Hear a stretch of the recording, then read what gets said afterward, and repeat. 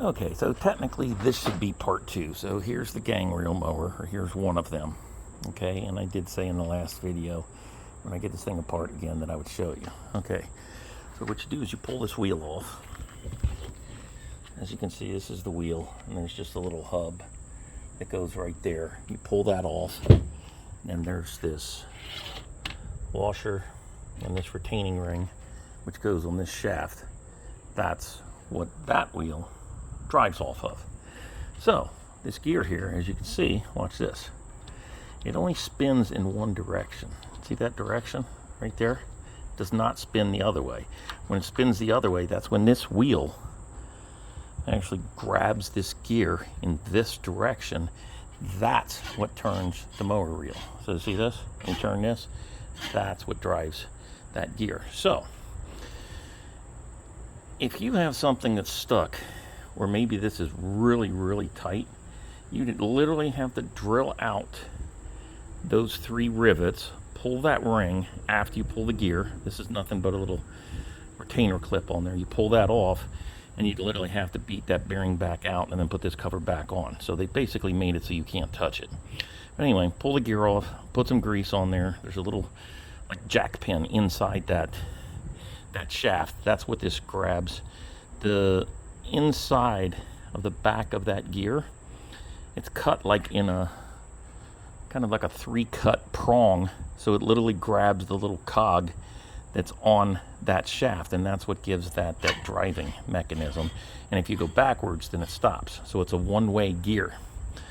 Okay, so this shaft here, that's 3/4 of an inch, and that goes right in there. So if that ever wears out, you could literally just put a sleeve in there, drill that out, as long as that's a 3/4 inch shaft. So grease that shaft, pull that gear, grease that shaft. If that bearing's bad, replace the bearing.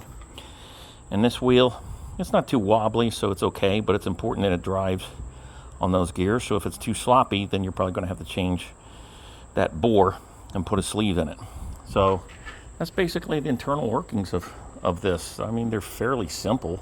The hardest part is trying to get your blades lined up so they cut and they're still free like they are there. I mean, you want a little bit of resistance, but not a lot.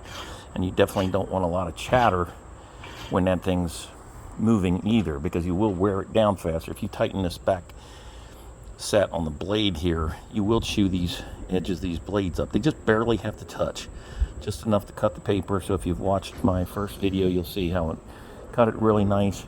It's just barely touching, so it's like absolutely perfect. So that's the internal mechanisms of this. It's pretty simple once you get it apart. So if you got a gang reel mower or even a push mower that you use at your house, I mean, there's going to be a few little variations, but they're basically all set up like this. It's basically nothing but a gear that's driven by the weight that's on that wheel, which spins these reels. That's it.